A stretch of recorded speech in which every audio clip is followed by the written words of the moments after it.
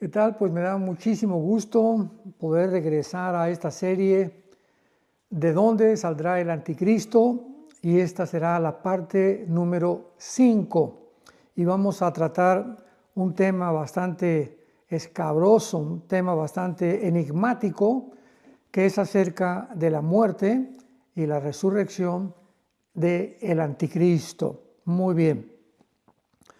¿Cuál será la primera cosa o el primer objetivo que va a intentar Satanás buscar en tiempo de la tribulación? Bueno, pues sabemos claramente que el tiempo de la tribulación va a comenzar cuando el anticristo se siente con el gobierno de Israel a firmar un tratado por 7 años. Y desde luego que este personaje que se siente a firmar este tratado con el pueblo de Israel, pues tiene que ser un hombre que tenga poder sobre los musulmanes, o sea, sobre el mundo islámico, porque pues, ¿quién podría detener a que los musulmanes no volvieran a atacar a Israel más que este personaje llamado el anticristo? Por lo tanto, hemos visto ya en los estudios anteriores que el anticristo tiene que ser forzosamente de la religión del Islam al principio. No significa que él vaya a creer en eso, pero él va a salir de ahí porque la teología del Islam dice que va a venir un descendiente de Mahoma, que le llaman el 12º imán, y que este hombre le pusieron el nombre, el título más bien del Mahdi, M-A-D-H-I latina, Mahdi, que significa el ungido o el dirigente o el líder. Entonces el mundo islámico está esperando que haga la aparición este hombre porque ellos creen que cuando él aparezca va a hacer una revolución islámica en el Medio Oriente y a continuación el mundo. Entonces cuando el anticristo aparezca, para ellos va a ser el Mahdi. Para nosotros ese Mahdi que el mundo islámico está esperando, para nosotros será el anticristo. Entonces, el anticristo va a buscar desde luego, ¿verdad?, una persona, o más bien Satanás, que sea el objeto o el instrumento para que lo pueda usar como un títere.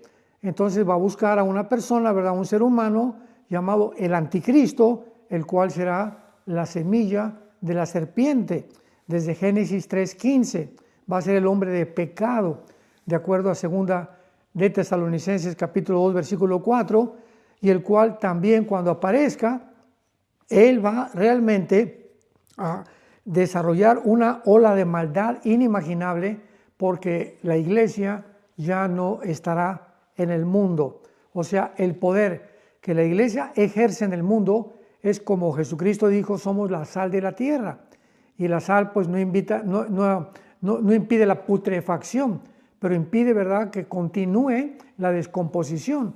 Así que esta es más o menos la situación o la representación que Jesucristo hizo de nosotros como iglesia. Mientras la iglesia está en el mundo, estamos de alguna manera impidiendo que la maldad se desborde como podría desbordarse. Muy bien. En el pináculo de su poder, el anticristo, sabemos, se va a exaltar como Dios y va a realmente a formar la mentira y el engaño más grande que el mundo creerá. En la segunda carta a los tesalonicenses, capítulo 2, versículo 8 en adelante, dice así: entonces se manifestará aquel inicuo. La palabra inicuo en el griego es la palabra anomos, o sea, el que está en contra de la ley o de la autoridad de Dios.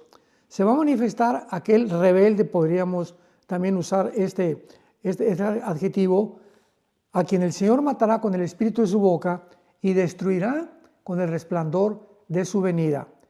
Inicuo cuyo advenimiento. Aquí vemos ya claramente que el anticristo va a ser un personaje, va a ser un ser humano, no va a ser una computadora, no va a ser una máquina, no es un imperio ni tampoco las Naciones Unidas. Va a ser un ser humano de carne y hueso como tú y como yo. ¿Cómo lo sabemos? Porque en Apocalipsis 20 dice la Biblia que Cristo los lanzará al anticristo y al falso profeta al lago de fuego. Entonces no se puede lanzar al lago de fuego ni a una máquina ni a un robot tampoco, ¿verdad? Entonces este inicuo o este rebelde que es el anticristo va a venir con el advenimiento de Satanás. O sea, Satanás le va a proporcionar al anticristo todo su poder y toda su autoridad. Esto lo encontramos en Apocalipsis capítulo 13, versículo 2. Y la bestia, que era semejante a un leopardo, y sus pies como de oso, y su boca como de león, y el dragón le dio el poder y su trono y su grande autoridad. O sea, todos los poderes, todas las manifestaciones que el anticristo va a manifestar, va a representar, no serán propias.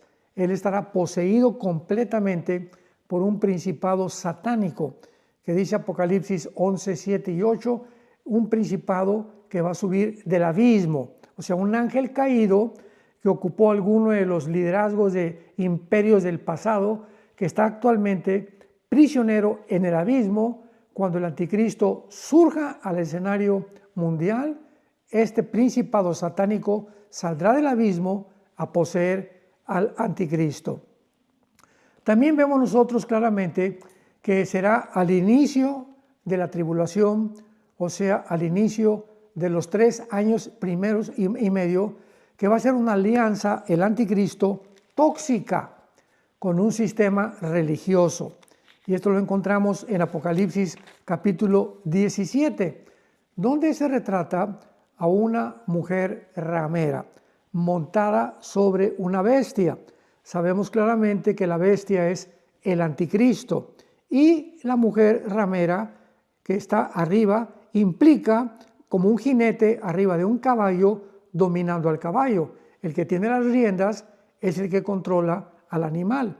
Entonces, cuando la Biblia nos habla que una mujer se le conoce como la ramera porque va a ser un sistema religioso apóstata, está arriba del anticristo montándolo, implica que lo está dominando. Esto es muy importante porque los primeros 3 años y medio de la tribulación, el anticristo no va a tener el poder, lo va a tener un sistema religioso que está retratado, representado, simbolizado en Apocalipsis capítulo 17, que se le llama el sistema religioso o la Babilonia, la gran ramera, la madre de las abominaciones de toda la tierra.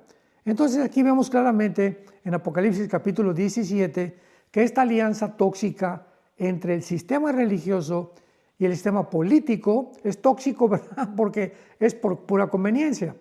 Podemos poner el ejemplo que esto ha sucedido políticamente entre China actualmente y Rusia. Cuando Rusia trató de impedir que entrara a Ucrania a convertirse en una miembro de la OTAN y cuando amenazó la OTAN en poner armas en Ucrania para invadir Rusia, pues Putin, ¿verdad?, inmediatamente hizo una alianza tóxica con China. Y sabemos que todas las alianzas que todas las naciones hagan a través de la historia son por intereses políticos e intereses económicos. Entonces Putin le dijo a Xi Jinping, el presidente de China, ayúdame y yo te voy a ayudar con armamento nuclear y tú ayúdame con soldados. Porque China, pues sabemos que tiene un ejército de aproximadamente 200 millones de soldados. Entonces, estas son las alianzas tóxicas, cuando son matrimonios por conveniencia, ya sea político, ya sea económico o militar. Entonces, esta alianza tóxica entre el anticristo y el sistema religioso va a durar 3 años y medio, porque a los 3 años y medio el anticristo va a volverse contra el sistema religioso que le ayudó por su influencia y por su popularidad, y dice la Biblia que su gobierno del anticristo, que estará formado por 10 naciones, 5 del oriente y 5 del occidente, van a quemar este sistema religioso. Y dice aquí en Apocalipsis 17, versículo 18, para que ya no tengamos ninguna duda respecto a quién es o a quién se le está atribuyendo o qué religión será este sistema religioso final, dice la Biblia, y la mujer, o sea, la ramera retratada arriba del anticristo en Apocalipsis 17, versículo 18, la mujer que has visto es la gran ciudad que reina sobre los reyes de la tierra. En otras palabras, en tiempos de Juan, ¿qué ciudad era la que en casi 2/3 partes del mundo había gobernado? Y la respuesta es Roma. Así que este sistema religioso estará concentrado en Roma. Ahora bien, sin embargo, vamos a ver que habrá algunos impedimentos que se necesitarán para quitar de en medio y el anticristo tiene antes que tomar el poder. O sea, el anticristo va a necesitar quitar de en medio algunos puntos importantes y eventos importantes antes de tomar el poder control, el control total. Y el primero será, él va a tener que ser muerto o asesinado, pero será resucitado. Veamos esto en Apocalipsis capítulo 13, lo que la Biblia nos revela. Versículo 3. Vi una de sus cabezas como herida de muerte, pero su herida mortal fue sanada y se maravilló toda la tierra en pos de la bestia, que en este caso es el anticristo. Este versículo ha dado lugar a varias especulaciones, teorías, hipótesis de que realmente no está hablando de la persona del anticristo, que está hablando de alguno de los imperios, alguna de las cabezas, porque la bestia tiene 7 cabezas y representan los imperios, y no es la persona del anticristo.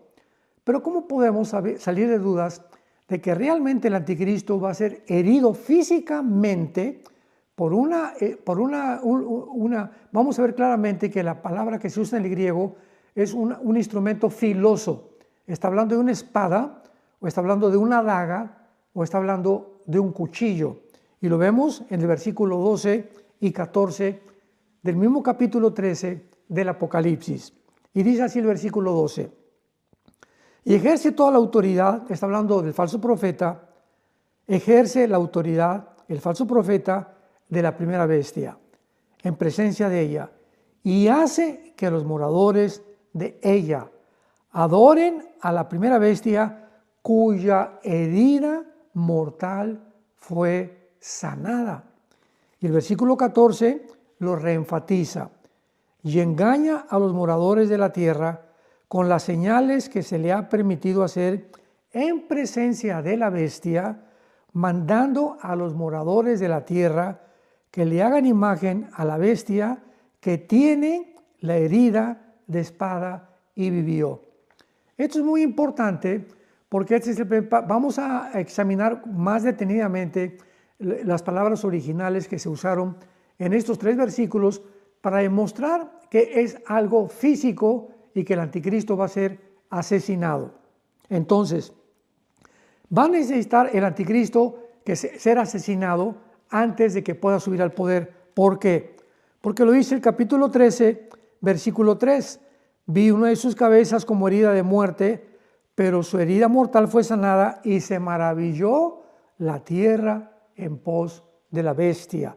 Entonces, el anticristo, antes de que realmente el mundo lo reconozca y pueda realmente comenzar a adorarlo, tiene que haber demostrado que fue muerto y resucitado.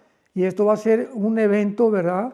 Porque vamos a ver claramente cómo es posible que Satanás pueda tener el poder de hacer un milagro como este, de levantar un muerto, de sanar un enfermo, de hacer cosas que desaparezcan, de transformar la materia inerte y energetizarla en algo real, vivo, como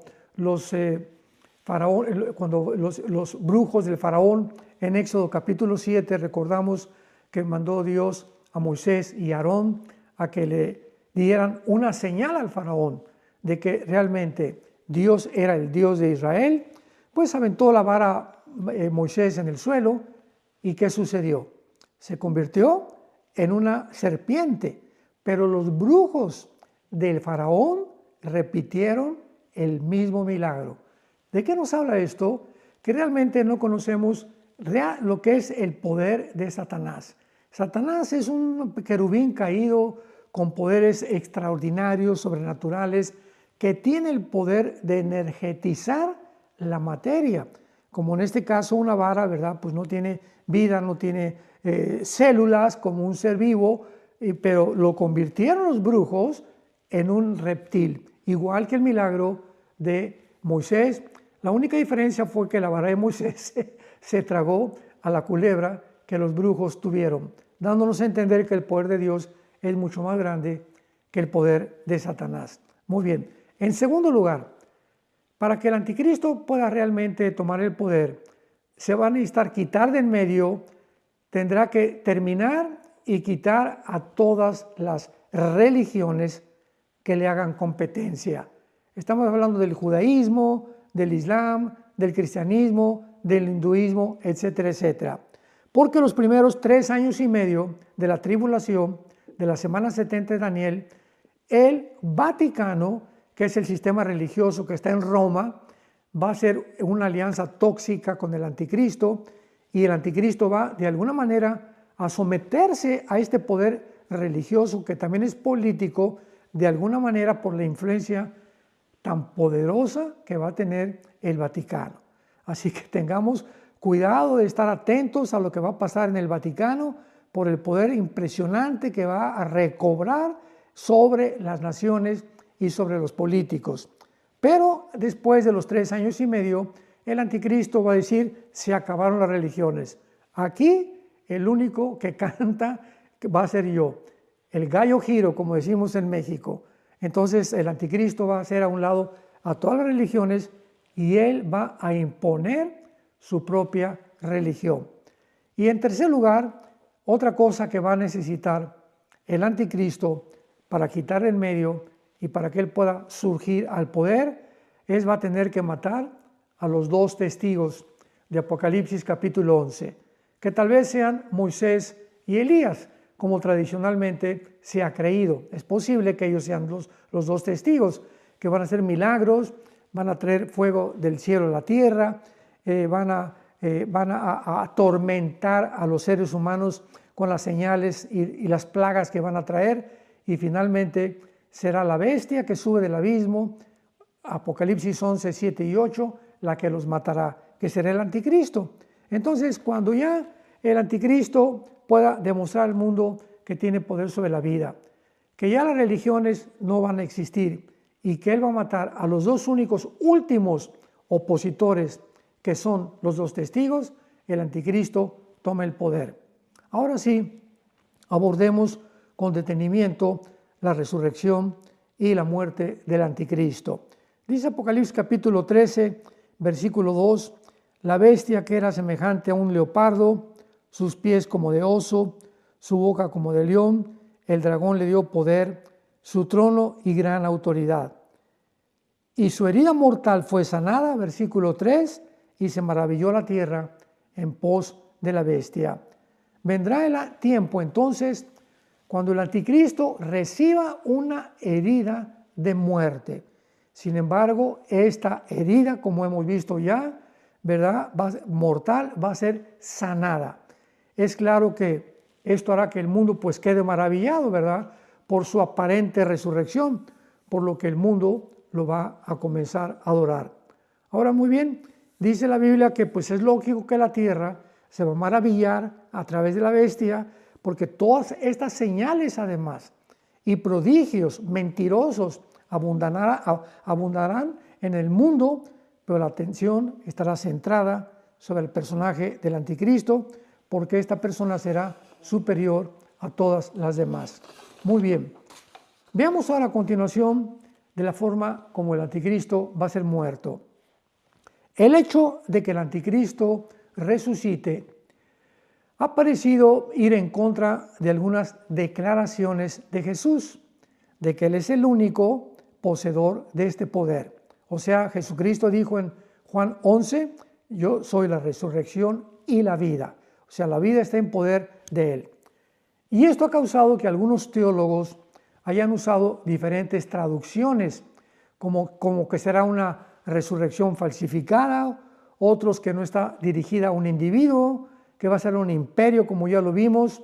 Sin embargo, es importante ver la palabra en Apocalipsis capítulo 5, versículo 6, que se usó para la palabra herida y que es la misma palabra que se usa para la lanza que atravesó el costado de Jesucristo.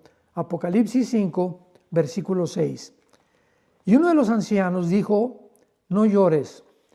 He aquí, el león de la tribu de Jehová, la raíz de David, ha vencido para abrir el libro y desatar los sellos. Y miré y vi que en medio del trono y de los 4 seres vivientes, en medio de los ancianos, estaba de pie un cordero, que supuestamente es Jesucristo, como inmolado. Y esta palabra inmolado es la palabra griega spaso. S de Samuel, P de Pedro, H intermedia, A de Armando, Z o spaso, que significa claramente una herida mortal de algún instrumento filoso. En el caso de Jesucristo, se usó con la espada que el centurión le atravesó del lado izquierdo de su costado a su derecho, llegando, ¿verdad?, completamente destrozando todos los tejidos internos de Jesucristo, irrumpiendo inclusive su pericardio, que es la membrana que cubre el corazón. Ahora, muy bien, esta palabra entonces nos muestra claramente que es la misma palabra que se usa para inmolado, por lo que no hay duda de que el Mesías murió. Un estudio griego de este versículo, como lo dijimos anteriormente, nos va a dar una luz de la supuesta resurrección del anticristo. Vamos a traducirlo y vamos a introducir estas palabras en la palabra que dice la Biblia que fue atravesado y que el anticristo sufrió una herida mortal. Vi una de sus cabezas como herida. Esta palabra herida, Apocalipsis 13, versículo 13:3, es la palabra spaso, la misma palabra que en Apocalipsis 5, 6 y 7 se usa para la herida que sufrió Cristo en su costado. Y dice una herida de muerte. La palabra muerte en el griego es thanatos, que es muerte, o sea, no hay tal cosa como reencarnación o el purgatorio, o que alguien pueda realmente decir fue un estado cataléptico, sino que es una muerte total, o sea, una cesación de la vida. Pero su herida fue sanada. Esta palabra es la palabra terapeu. De ahí viene la palabra terapéutico o terapia, que significa una inducción que hace para poder recobrar la sanidad. Y se maravilló la tierra en pos de la bestia.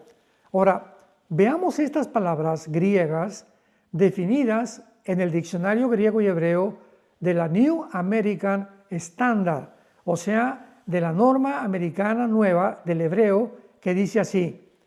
La palabra espaso, esto lo define el diccionario hebreo del New American Standard. Espaso significa matar o muerte. Thanatos significa muerte, peligro de muerte o pestilencia fatal. Plegue, que significa una herida, un golpe fuerte o golpear. Y terapeu significa curar, sanar, tratar una herida o ser sanado. Estas palabras implican que el anticristo será herido de muerte intencionalmente en lugar de morir accidentalmente o por causa natural. En otras palabras, va a ser alguna persona la que se va a acercar a él y le va a enterrar o un cuchillo o una espada, pero va a ser siempre un instrumento filoso, un arma blanca, como decimos también. Él va a recibir esta herida mortal, va a ser completamente sanada, y recordemos que esta misma herida es claramente descrita en Apocalipsis capítulo 13, donde dice que fue sanada milagrosamente. Y finalmente, el apóstol Pablo, en su segunda carta a la iglesia de Tesalónica, capítulo 2, les manda unas palabras recordándoles a estos cristianos de la iglesia de Tesalónica, que se encuentra actualmente geográficamente en la nación de Turquía, porque en Turquía se encuentran casi todas las iglesias del Apocalipsis. Qué cosa más interesante, que ellos no tenían que preocuparse, porque en la primera carta les dijo que vendría un evento llamado el arrebatamiento de la iglesia. que también en el latín significa raptarus, o también se dice la palabra rapto. Entonces los tesalonicenses pues estaban contentos de que va a venir un día una generación de cristianos que no vamos a morir. Hasta ahorita en el siglo XXI todavía seguimos creyendo que nosotros vamos a pertenecer a esa generación, que de repente millones de personas van a desaparecer en el mundo y que vamos a reunirnos en el aire sin que Cristo toque los pies en la tierra como lo va a hacer en su segunda venida. Zacarías capítulo 14 del 1 al 5, vamos a reunirnos con Él para irnos con Él al cielo y regresar con Él en su segunda venida a establecer su reino mesiánico de 1000 años. Entonces, Pablo tiene que mandarles una segunda carta a la iglesia de los tesalonicenses porque comenzaron a introducir a la iglesia mentiras, falsos profetas, falsos pastores, falsos apóstoles, diciéndoles que se encontraban ni más ni menos en la tribulación. Y dice así la segunda carta a los tesalonicenses, capítulo 2. Leamos con mucho cuidado porque es muy importante lo que vamos a revelar. Pero con respecto a la venida de nuestro Señor Jesucristo y nuestra reunión con Él, les rogamos, hermanos, aquí está hablando del arrebatamiento de la iglesia. Respecto a nuestra reunión con Él, hermanos, les decimos que no se dejen mover fácilmente de vuestra manera de pensar. Ni se conturben ni por espíritu, ni por palabra, ni por carta, como si fuera nuestra, en el sentido de que el día del Señor está cerca. En otras palabras, el día del Señor es un término que se usa en el Nuevo Testamento para describir los últimos 7 años de la semana 70 de Daniel o la gran tribulación. Entonces alguien comenzó a mandarles cartas diciéndoles que ya estaba la gran tribulación en el mundo. Y Pablo manda esta carta para decirles que no ha venido la tribulación y les demuestra de qué manera estaban equivocados. Dice el versículo 3, nadie los engañe en ninguna manera, porque no vendrá sin que antes venga la apostasía y se manifieste el hombre de pecado, el hijo de perdición. O sea, antes de los 7 años de la tribulación, ¿qué tiene que suceder? Pues tiene que aparecer el anticristo, porque el anticristo inicia la tribulación firmando el tratado de paz por 7 años, como lo hemos visto. Y dice a continuación, y se manifieste la apostasía. O sea, antes de que inicie la tribulación, vendrá un gran apartamiento de la fe del cristianismo, ¿verdad? Lo hemos visto de qué forma el catolicismo en los últimos 2 años ha pervertido completamente la Biblia. Roma se ha atribuido el derecho y se ha adjudicado el título de que fuera de Roma no hay salvación, cuando la salvación no está en una iglesia, no está en una denominación, no está en una organización, está en una persona que se llama Jesús. En fin, ¿verdad? Ha habido barbaridad de cosas, herejías.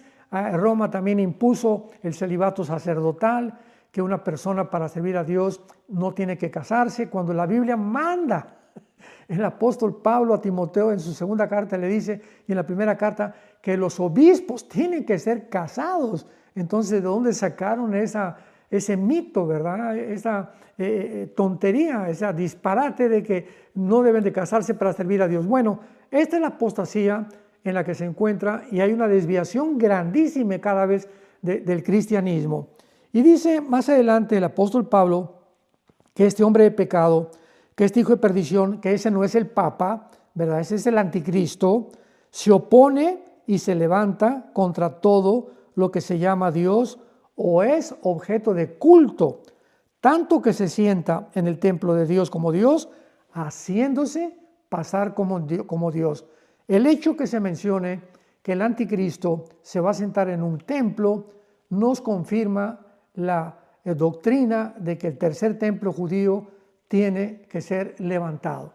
Y ahorita existe, ¿verdad?, un movimiento muy grande en Israel para que ya los judíos ortodoxos ya están tratando de buscar el lugar adecuado para poder levantar el templo que está ocupado ahorita por la mezquita de Omar o la cúpula de la roca, y entonces pues va a tener que pasar un milagro, un terremoto, algo va a suceder para que los judíos puedan levantar ahí su templo profetizado en la Biblia. Entonces el anticristo va a entrar cuando levanten ese templo, va a entrar en ese templo a la mitad de la semana y lo va a profanar matando a un puerco, que es un animal inmundo en el Antiguo Testamento, y blasfemando en contra de Dios.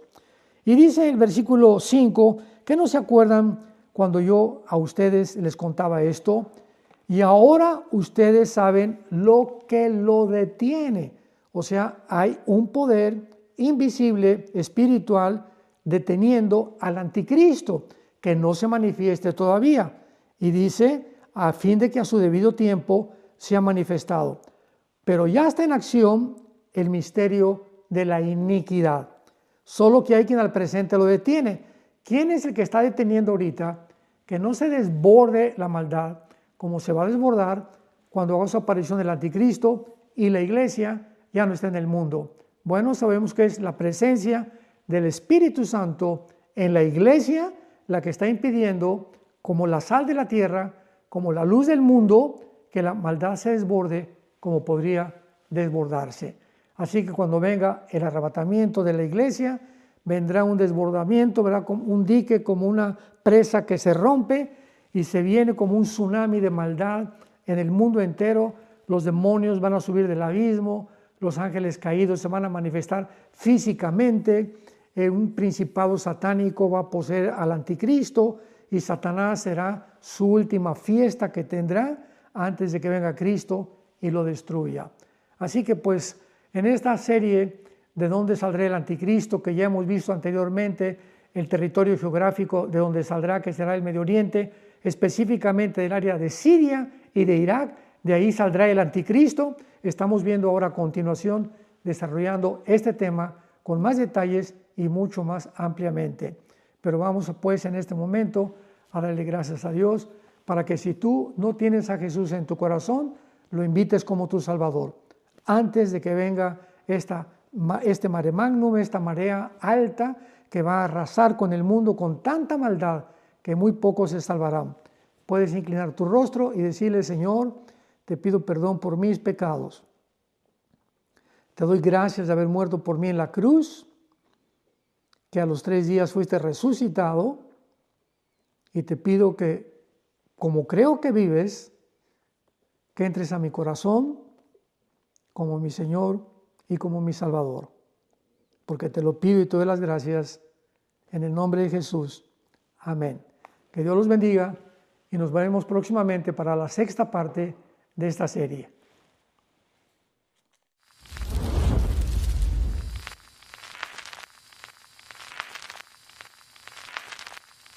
Hola, ¿qué tal? Me da mucho gusto saludarles y quisiera simplemente comunicarles que gracias a todos ustedes a través de todas las naciones del mundo que aman la palabra de Dios y que realmente están interesados en que nosotros como organización Vida Nueva para el Mundo y Armando Alducin Ministries continuemos predicando el Evangelio de la Gracia de Jesucristo y que podamos nosotros continuar haciéndolo gracias a sus donaciones.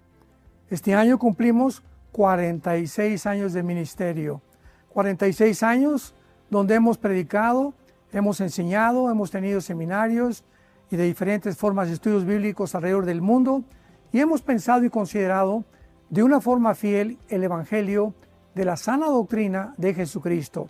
Nosotros, con todas estas donaciones, tenemos que sostener pastores, misioneros, obras, equipos de televisión y aún continuamos buscando la manera de poder elevar este ministerio. Hasta este momento quiero que ustedes estén enterados que no tenemos una sola propiedad como organización y así hemos trabajado durante 46 años porque le damos la importancia a la evangelización, a las misiones y también a los hombres de Dios para levantar más pastores.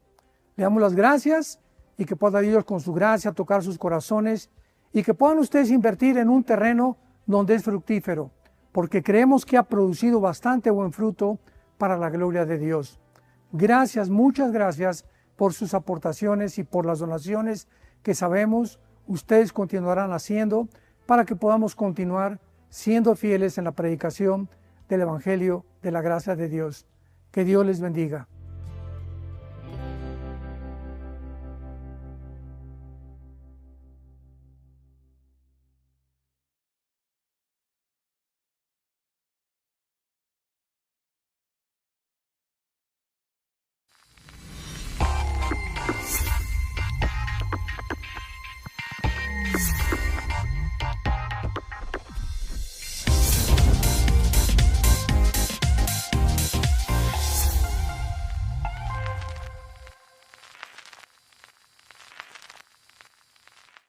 Muy bien, en esta serie, como ustedes ven el título, hemos visto y hemos estudiado profundamente algo que había causado mucha confusión dentro de la teología y de la escatología bíblica acerca de quién sería el anticristo, de qué región geográfica iba a surgir principalmente. Muy bien. Durante mucho tiempo se pensó que el anticristo iba a surgir de Roma o del antiguo imperio romano, y esto sigue siendo verdad. Vayamos al libro de Daniel capítulo 9 para explicar el por qué. Durante mucho tiempo se asumió que el anticristo tenía que ser romano. Dice en Daniel capítulo 9, versículo 26 y 27. Y después de las 62 semanas se quitará la vida al Mesías, mas no por sí, y el pueblo de un príncipe que ha de venir. Repito, y el pueblo de un príncipe que ha de venir destruirá la ciudad. ¿Cuál ciudad? Es Jerusalén. Y el santuario, o sea, el templo judío. Y su fin será con inundación, o sea, con una guerra. Hasta el fin de la guerra durarán las devastaciones. Entonces, aquí, de acuerdo a este versículo, ¿quién es el pueblo que destruyó en el año 70 a Roma? A Jerusalén. Pues fueron los soldados romanos de la 10ª legión, dirigidos por el general Tito, que fue el que condujo la invasión a Jerusalén en el año 70 después de Jesucristo. Entonces se asumió que el pueblo que iba a destruir Jerusalén era romano. Entonces este príncipe que está mencionando este pasaje también se asumió que tenía que ser europeo.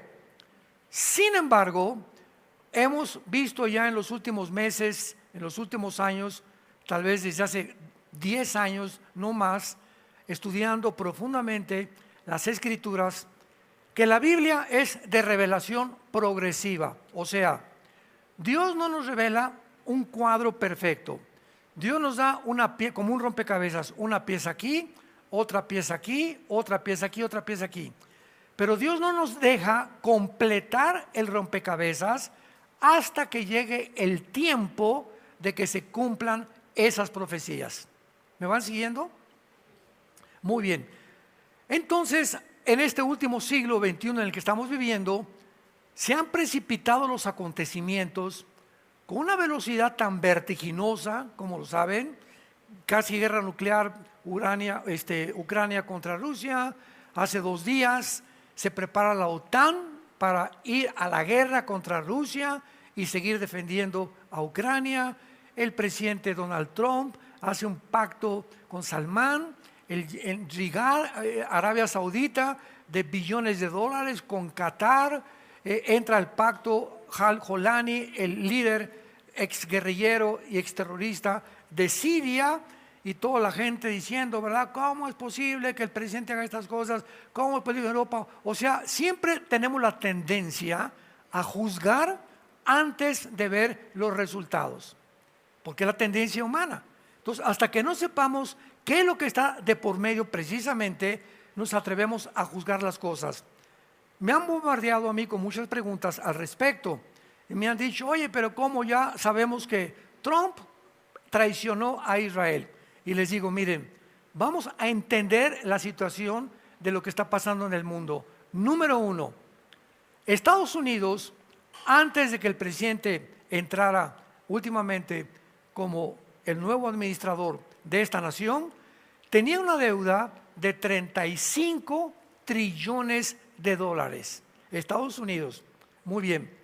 En el momento en que un país está tan endeudado como Estados Unidos, siendo el país que desde la Segunda Guerra Mundial ha tenido la supremacía política, económica y religiosa en el mundo entero, pues es lógico que todas las demás naciones que se levantaron en el siglo XXI, China y Rusia, tengan envidia. Desde que Caín mató a Abel en el huerto del Edén, ¿verdad? Sabemos que ha habido siempre la envidia de los que prosperan y entre las naciones nunca ha habido paz. En los casi 6,000 años de historia que tenemos, dice el Instituto para la Investigación de la Paz en Suecia y Estocolmo, que hemos tenido 25 años de paz.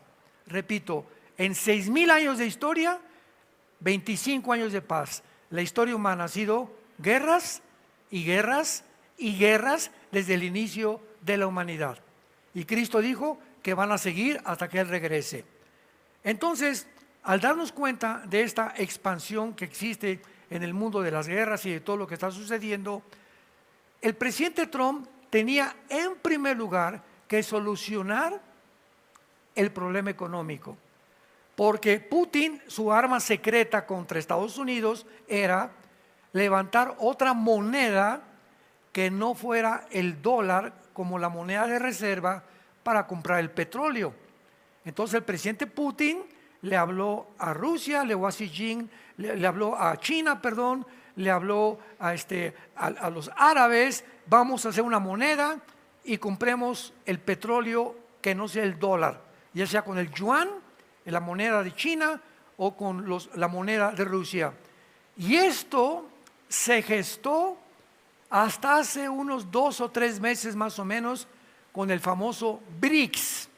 Se formó una organización que se llama el BRICS, por China, con Sudáfrica, etcétera, etcétera, con el propósito de derribar el dólar. Muy bien. Si hubieran logrado, síganme con cuidado, si hubieran logrado las naciones enemigas de Estados Unidos y de la libertad y de la derecha, no, o sea, las naciones globalistas, las naciones de izquierda, si hubieran logrado derribar el dólar, adiós Estados Unidos. Porque en ese momento se hunde completamente. Entonces Trump, al darse cuenta, porque él no es un político, es el primer presidente que es hombre de negocios. Él no es político, es un hombre de negocios. Sacó un libro que se llama El arte de hacer tratos. O sea, es un experto en negocios. De eso nadie se lo puede quitar. ¿Qué hace Trump? ¿Dónde está el dinero? Pues en el Medio Oriente. ¿Quién tiene el dinero? Los árabes. ¿Quién tiene el dinero? Arabia Saudita, los Emiratos Árabes, Qatar, Kuwait, y todos ellos son los que manejan los billones de dólares. Pero tienen un problema porque ellos no quieren a Israel. E Israel, pues es compadre de Estados Unidos.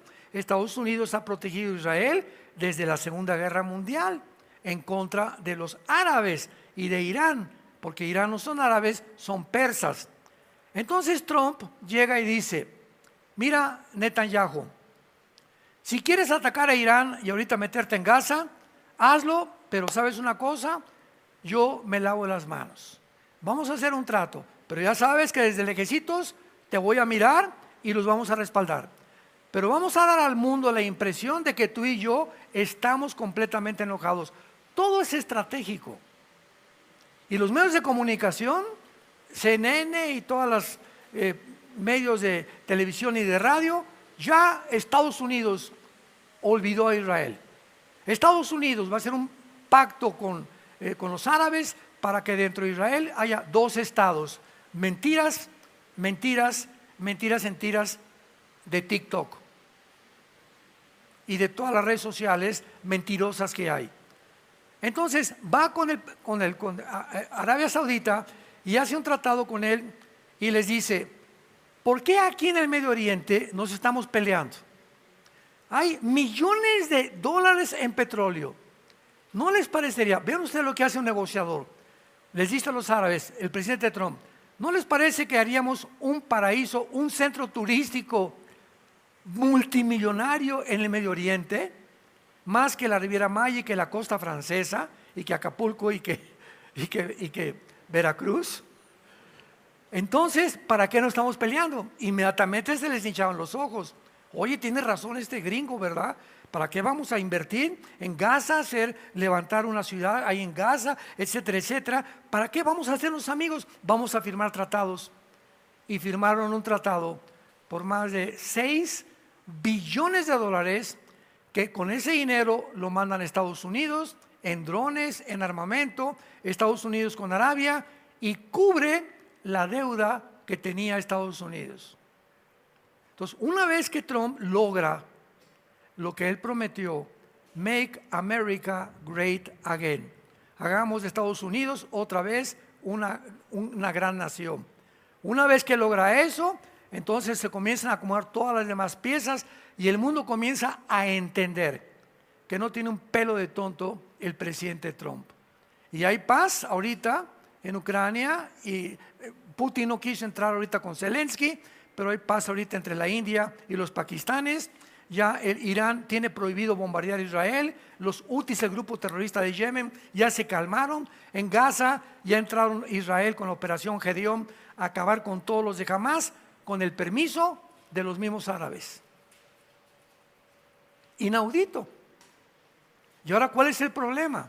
Que Gaza, esta área, esta franja de Gaza, que está junto al Mediterráneo, donde estaban los de Hamás, ¿cómo van a sacar a casi 2 millones de personas cuando los árabes, sus hermanos, no los aceptan?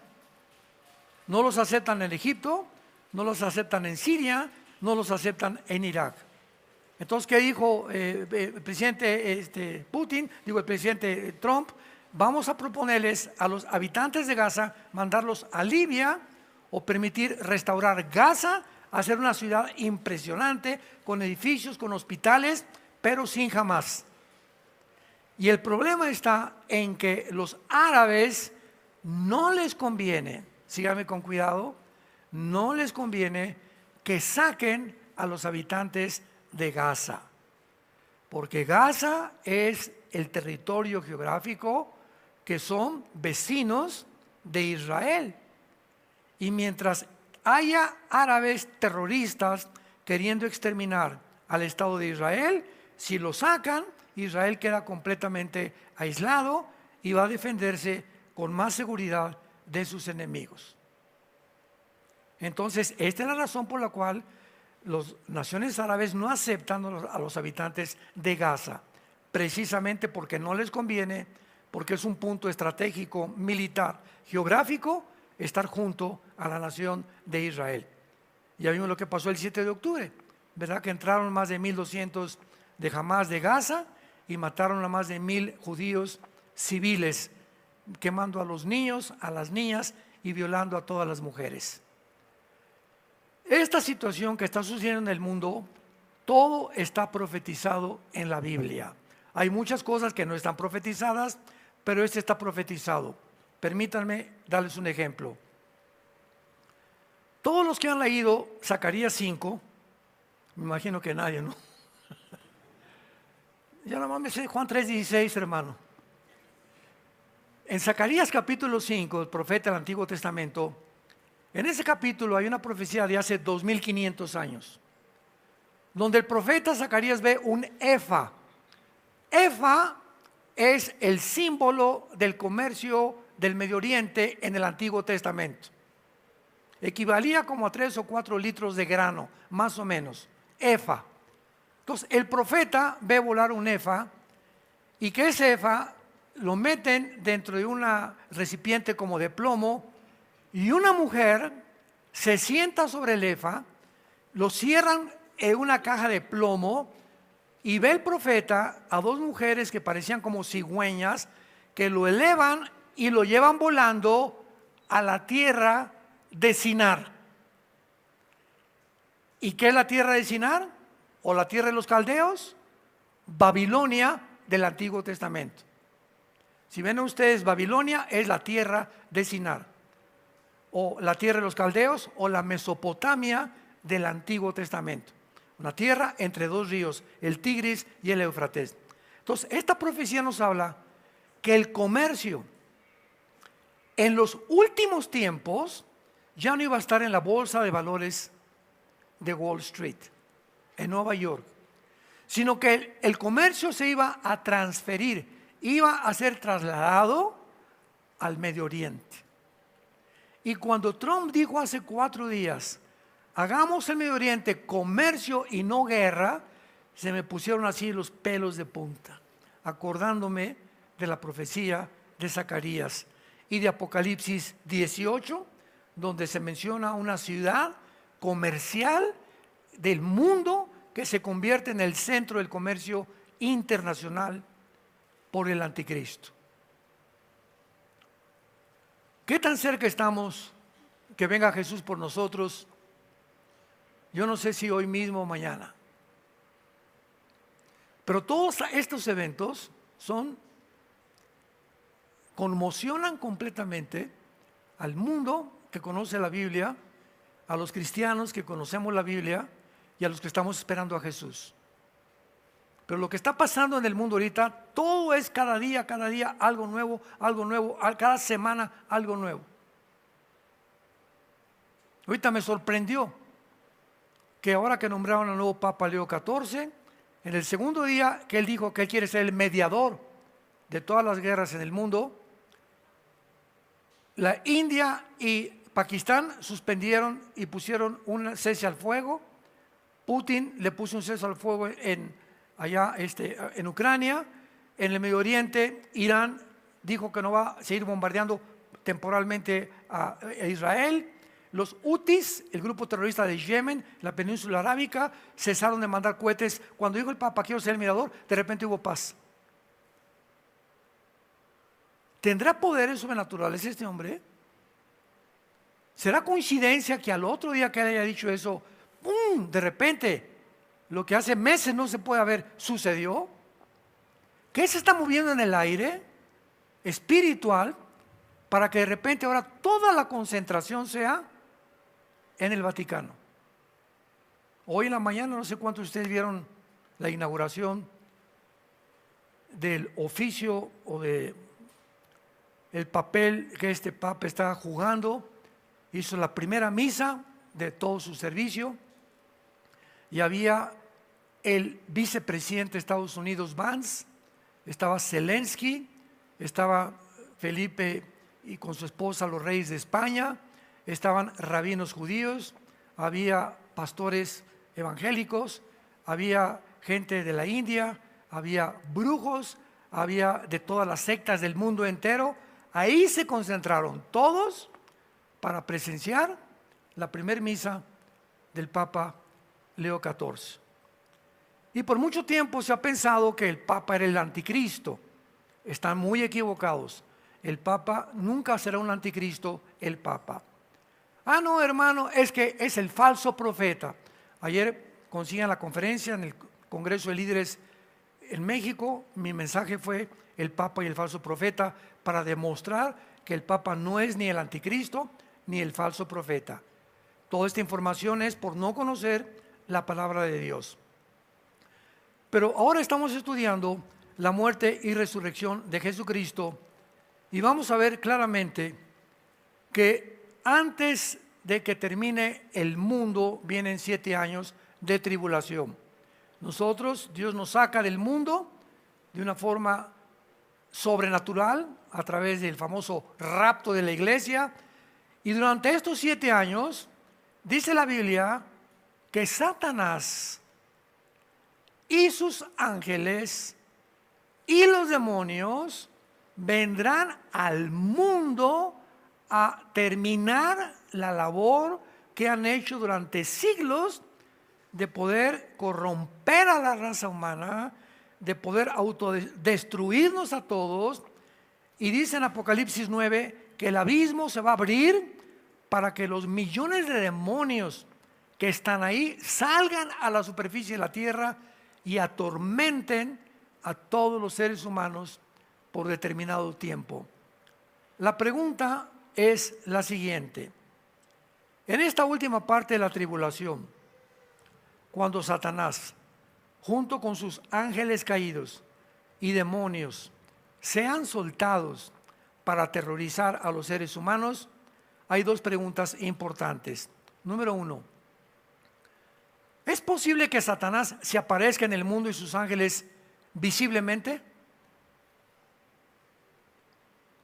Esta pregunta no se la habían hecho, porque vamos a demostrar que los ángeles se pueden manifestar como seres humanos.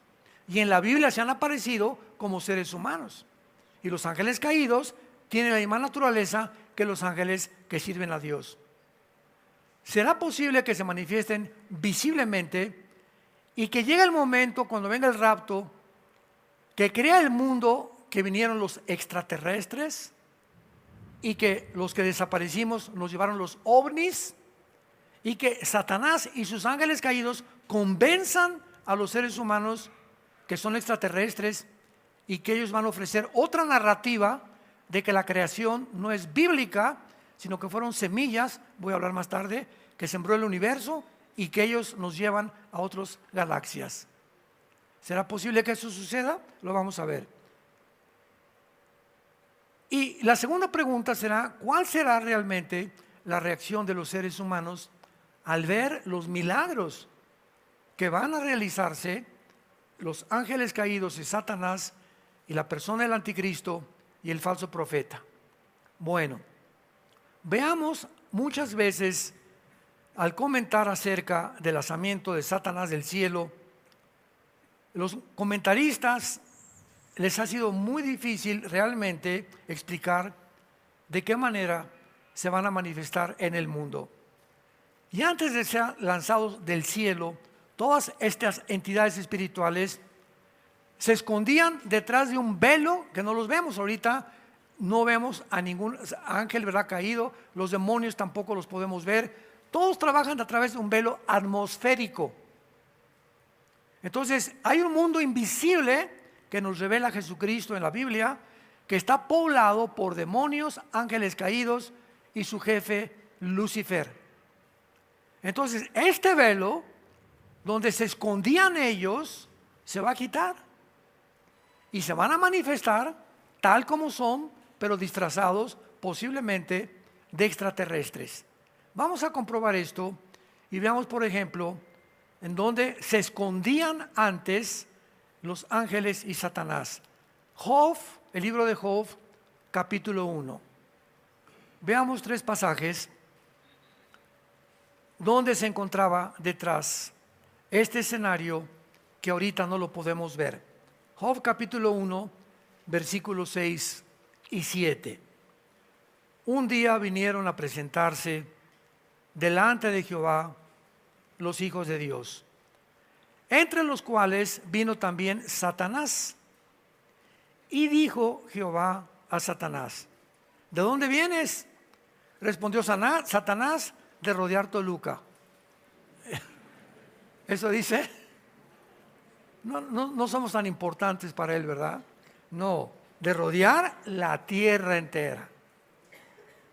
Entonces nos damos cuenta que la Biblia nos ofrece, y el Espíritu Santo revelándolo aquí en el libro de Job, que Satanás es un querubín, jefe, comandante en jefe de un ejército impresionante de ángeles caídos y de los demonios que son los soldados rasos, que su objetivo es continuamente estar dándole vueltas al planeta.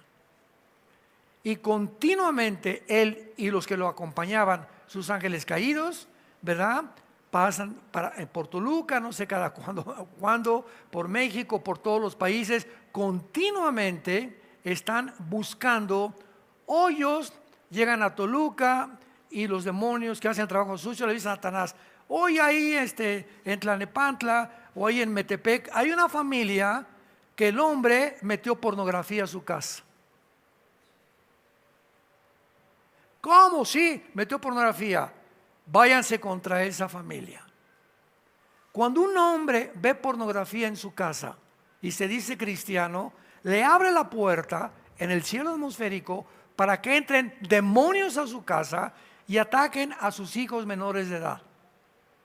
y ataquen a la esposa y te ataquen a ti, con el propósito de corromper tu alma. Dicen en Proverbios capítulo 6, el que cometa adulterio corrompe su alma, heridas y vergüenza hallará. Y Jesús dijo, no necesitas acostarte con una mujer para ser culpable de adulterio. Basta con que la veas en la pornografía o te hagas imaginaciones. Ante mí, dice Dios, tú eres un adúltero, eres una adúltera, si ves hombres también desnudos. Entonces tenemos que entender que mientras estemos cubiertos nosotros bajo la santidad, cuando tengamos una vida limpieza y de pureza sexual, estamos protegidos por Dios. Métete eso en tu cabecita, tú no te vas a burlar de Dios. Dios quiere protegernos, bendecir tu trabajo, bendecir a tus hijos, bendecir tu matrimonio, pero somos nosotros, no Dios. No le eche la culpa que ella te abandonó.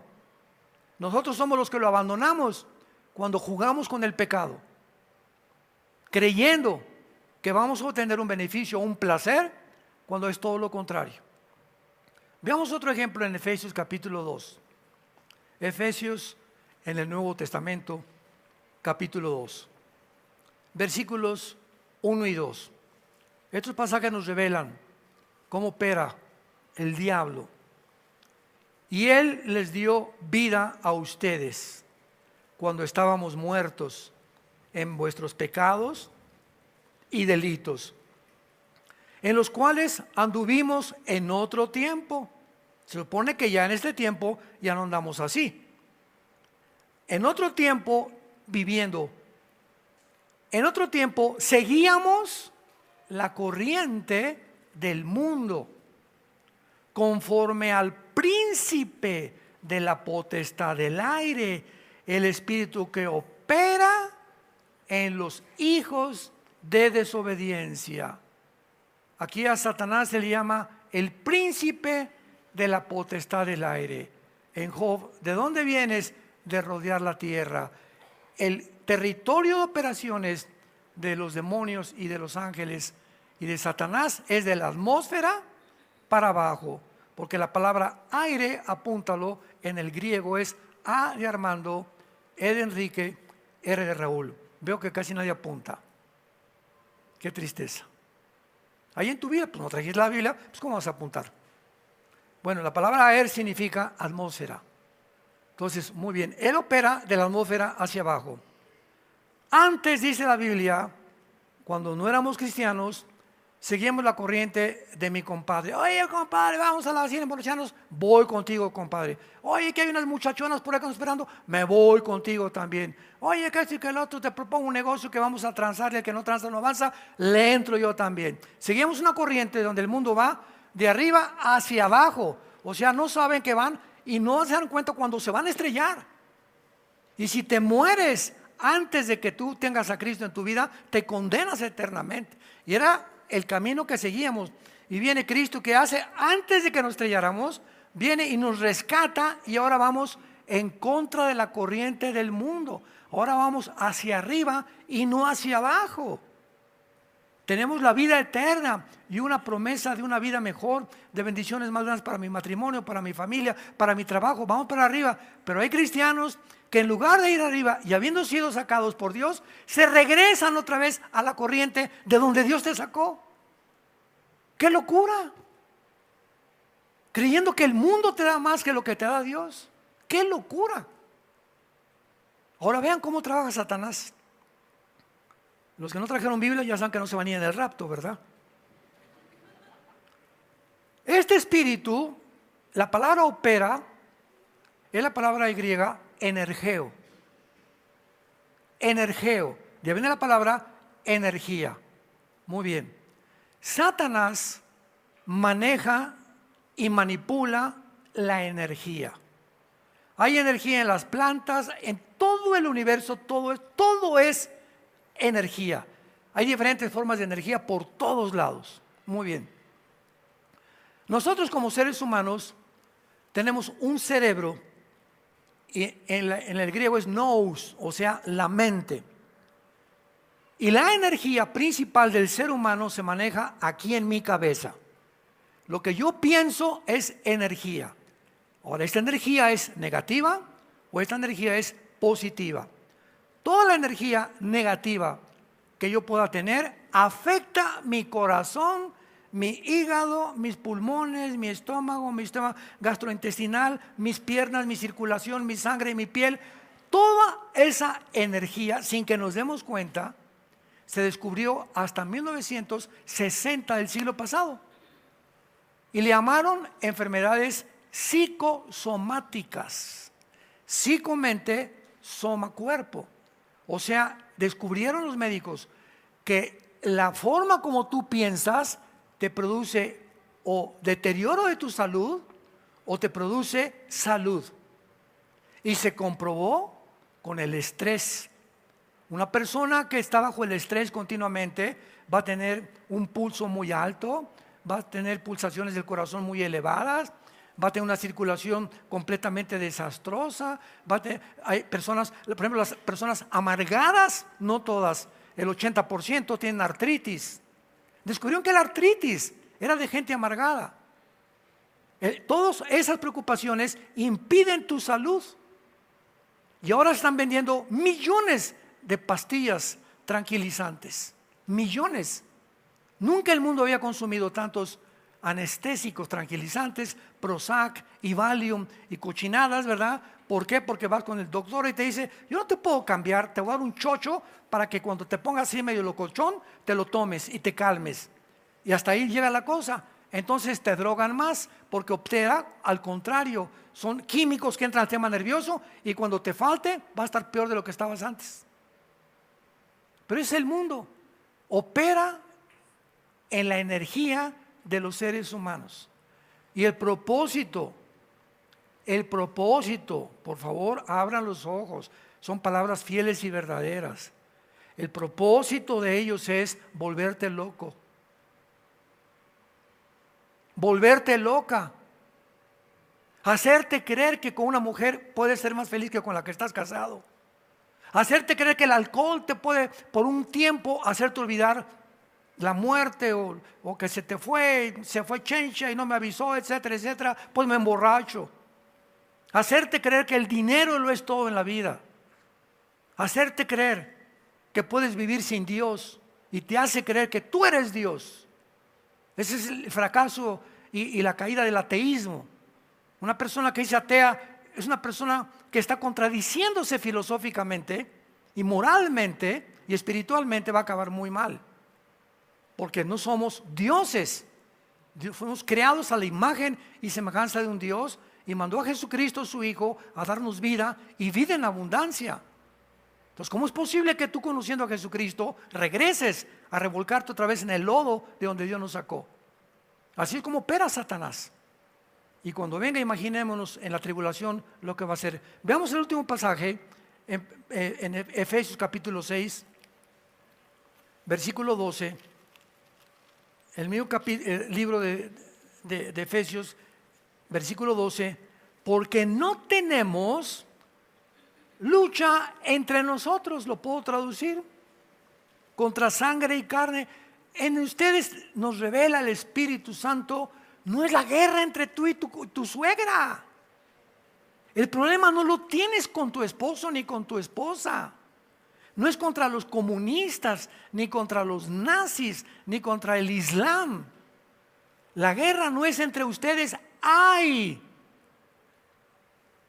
potestades, principados, gobernadores. Hay un ejército perfectamente bien organizado para que tú te pelees con tu esposa, para que odies a tus padres, para que le eches la culpa al gobierno, para que le eches la culpa a los nazis o a los fascistas, etcétera, etcétera. Abran los ojos, tenemos que orar, porque a través de la oración es la única forma en la que cambiamos nuestra vida.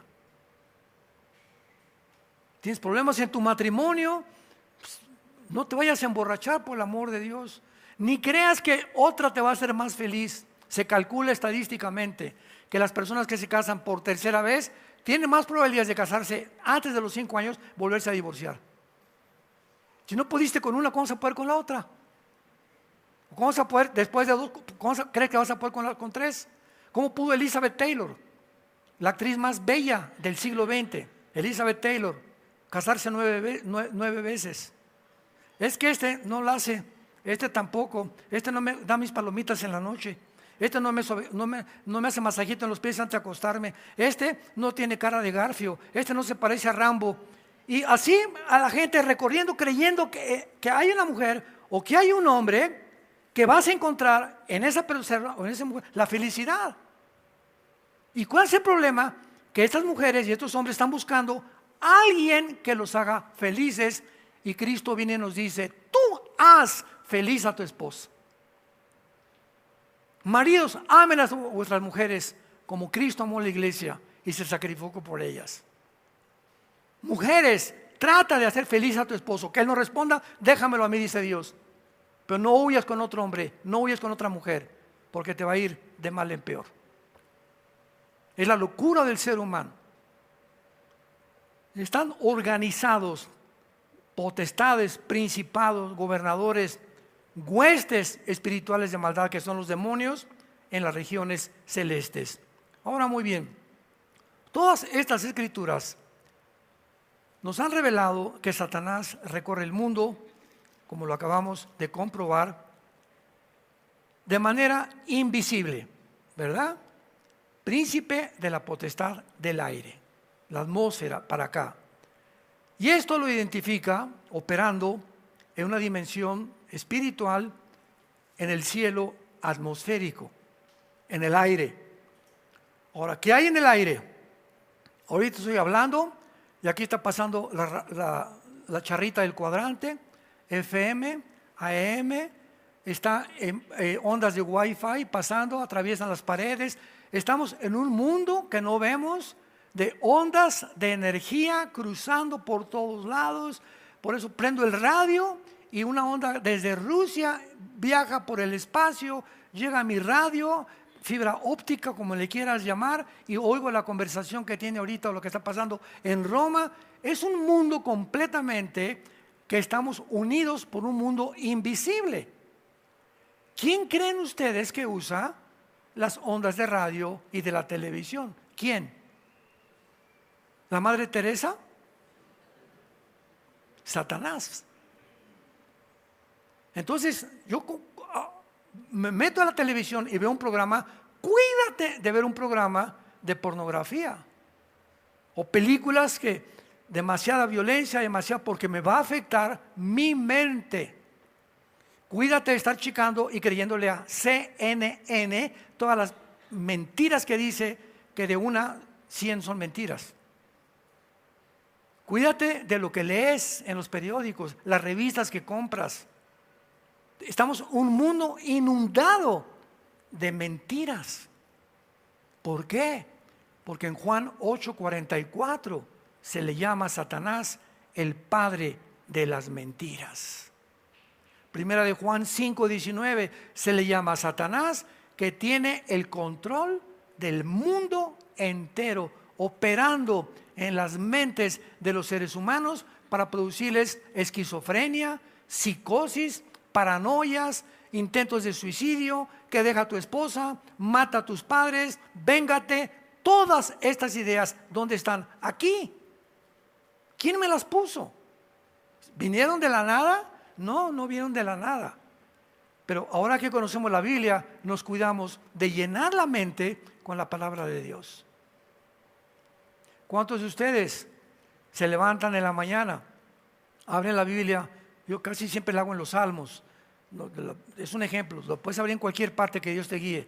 Me encantan los Salmos, me identifico: esperanza mía, castillo mío, mi Dios, en cabré, el que habita al abrigo del Altísimo, morado bajo la sombra del Omnipotente. Comienzo a memorizar unos salmos y la vida de Cristo entra a mi vida, porque la palabra de Cristo es el verbo hecho carne, y mis palabras, dijo Jesús, son espíritu y son vida.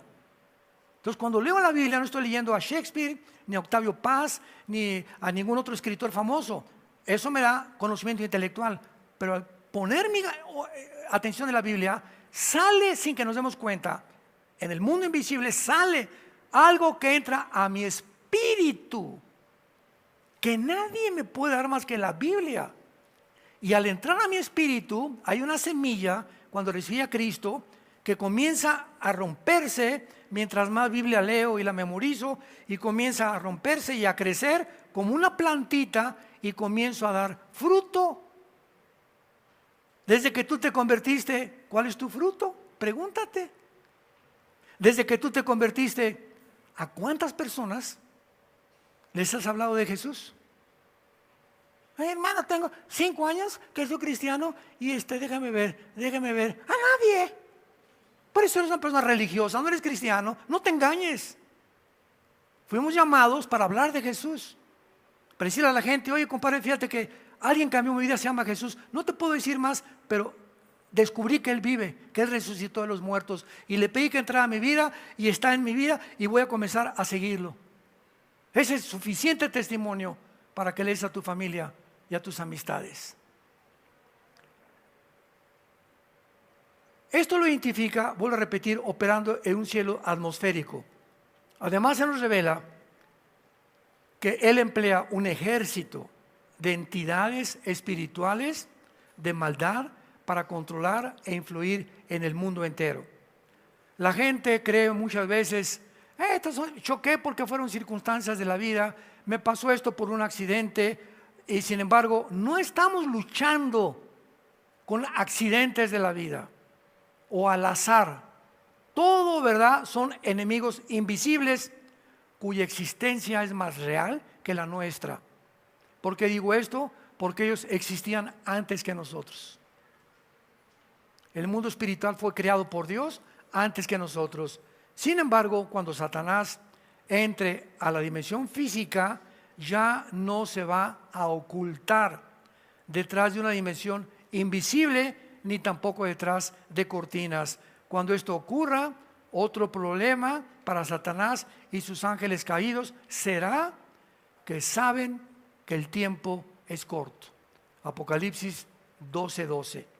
Y sabiendo Satanás que el tiempo es corto, se lanzó contra el mundo para poder terminar su tarea sucia que ha iniciado en la guerra eterna, cósmica, desde hace más de 6,000 años. Veamos rápidamente, para demostrar que los ángeles, bueno, para no irme más tan profundamente, Génesis 18, para que ustedes vean lo que los ángeles son capaces de hacer, tanto los buenos como los malos. En Génesis 18 está Abraham, ahí en Metepec, debajo de un árbol, tranquilo, con su esposa, una como tiendas de campaña que tenían antes, y de repente en Génesis 18 se aparece Dios, se aparece el Padre, Dios, en forma humana, con 2 ángeles. Y cuando Abraham los ve, intuitivamente o espiritualmente se da cuenta que eran seres de otro mundo. Y les dice, por favor, pasen a mi casa. Sara hace una birria. ¿Quién sabe qué pozole hicieron o qué hizo eso Sara? Pero Dios y sus 2 ángeles comieron comida humana. Bebieron todo menos Coca-Cola. Y vemos en el capítulo 19 del Génesis que cuando estos ángeles que visitaron el capítulo anterior a Abraham y a Sara, los manda Dios a Sodoma y a Gomorra para que entren a Sodoma y a Gomorra como seres humanos. Y entraron por la frontera de Sodoma y Gomorra, y Job era uno de los porteros que cuidaba la frontera, les dio la bienvenida y los llevó a su casa. Y los sodomitas, porque ahí desde los niños, jóvenes y adultos eran homosexuales. Cuando vieron, me imagino que han de haber sido muy bien parecidos, en forma humana los ángeles, lo siguieron a casa de Job. Y le dijeron a Job, sácalos para que tengamos relaciones con ellos. Y Job dijo, no, de ninguna manera. Y Job Lot. Y estaba tan corrompido Lot que le dijo a los sodomitas, mejor llévense a mis hijas. Fíjense nada más. Estaba dispuesto a entregar a sus hijas, a vender a sus hijas, a tener relaciones con los sodomitas. Pero como eran sodomitas, le dijeron, no, ese panqué no nos gusta, los queremos a ellos. Y entonces comenzaron a romper la puerta de la casa de Job. Todo léanlo, Génesis 19.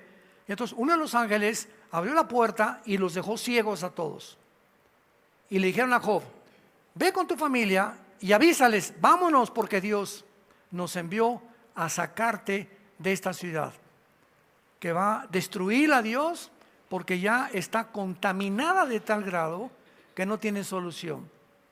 Y les pido por favor que junten a todos. Y llegó Job con sus primos, oye, vámonos porque va a destruir. No, se burlaron de él, porque Lot fue un cristiano carnal. A los únicos que pudo sacar Job fueron a su esposa y a sus 2 hijas. Y cuando ya los iban sacando de Sodoma, los ángeles le dijeron, Job, esposa de Job y los hijos de Job, no volteen atrás cuando caiga fuego y azufre sobre Sodoma. Está bien, capitán, como usted diga. Y entonces, al ir saliendo de Sodoma, la esposa de Job voltea para atrás y se convierte en una estatua de sal. ¿Cómo entendemos esto? En el Evangelio de Mateo capítulo 6 dice, ustedes son la sal de la tierra. ¿Qué es la sal? La sal en la carne evita la corrupción, ¿verdad? Mientras sales la carne te dura mucho más tiempo. Entonces cuando Jesús dijo que somos la sal, nosotros, nuestra presencia en tu casa, en tu mundo, en tu escuela, en tu lugar de trabajo, estamos evitando que se propague más rápidamente tanta maldad. Cuando somos valientes y damos testimonio, oye, eso no debes hacer. Oye, primo, eso que estás haciendo no es posible. Oye, Panchita, no tengas relaciones sexuales con tu novio. Ustedes no están casados, eso no le agrada a Dios. Mientras estemos dando esta influencia en el mundo, estamos deteniendo la maldad. Ya si no nos hacen caso, es problema de ellos. Pero tenemos que ser valientes.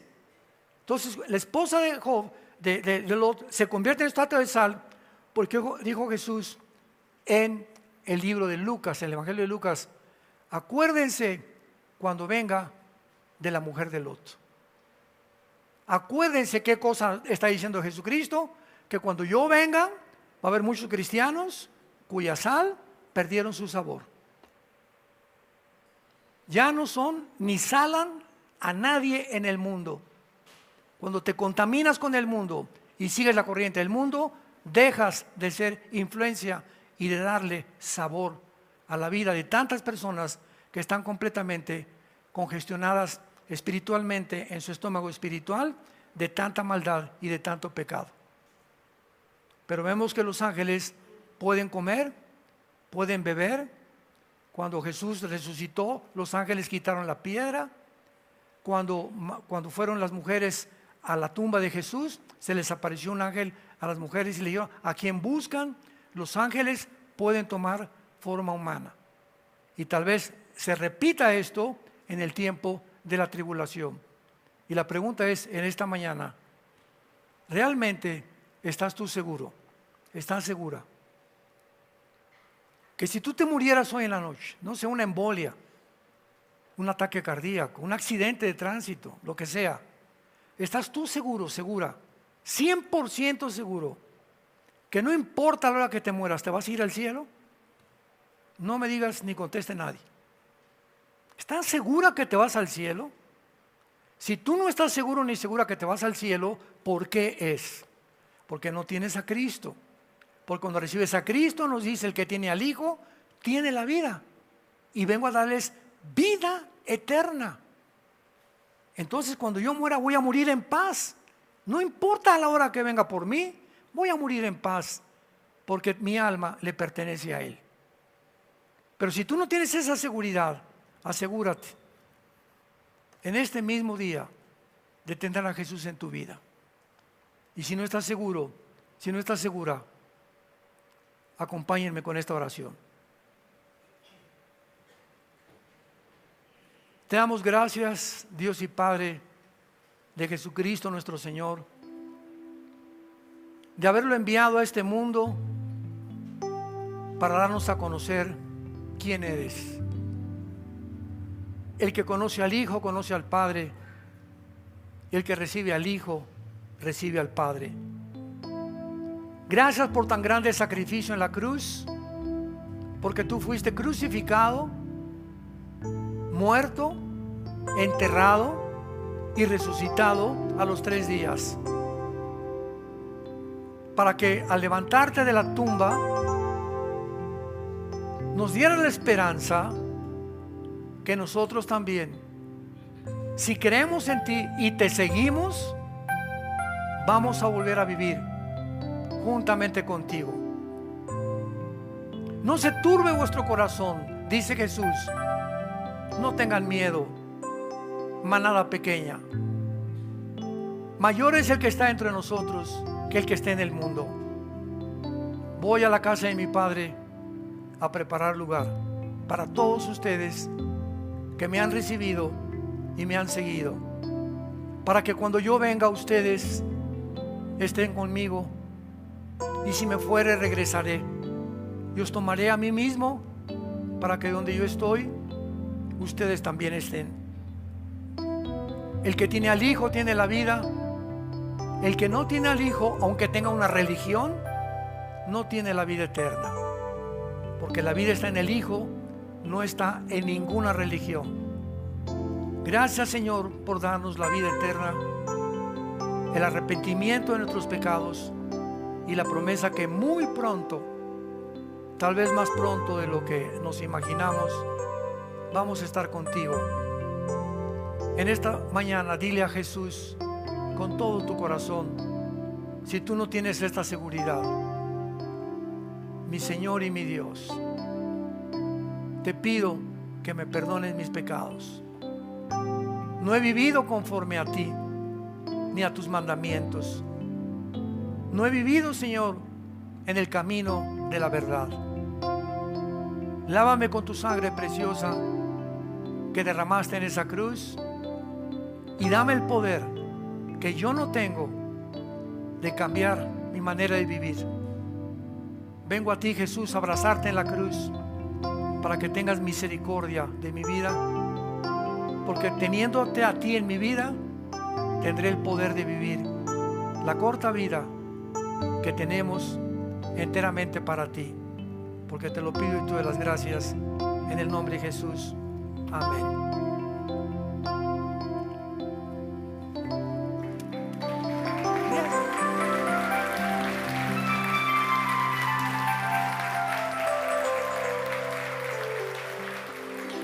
¿Qué haríamos en este mensaje? Por eso me reí. Al final dice ahí: gócense y alégrense los que tienen mi salvación. Gócense. No tengas cara de tortuga sin destino. Somos hijos e hijas de Dios. Tenemos un propósito para vivir. Qué locura creer que el mundo nos puede dar algo más que lo que Él vino a darnos. El que no escatimó a su Hijo, ¿cómo no nos dará? ¿Cómo no nos dará todas las cosas si se las pedimos? Es hora de despertar, es hora de despertar. El mundo está, pero así, ya, como un cohete, derechito, a descarrilarse y explotar. Y antes de que explote, sabemos que viene Jesús por nosotros y nos vamos con Él. Y esta esperanza es la que nos mantiene siendo santos en toda nuestra manera de vivir. Sean santos porque yo soy santo, dice el Señor. Que tengan mucha paz.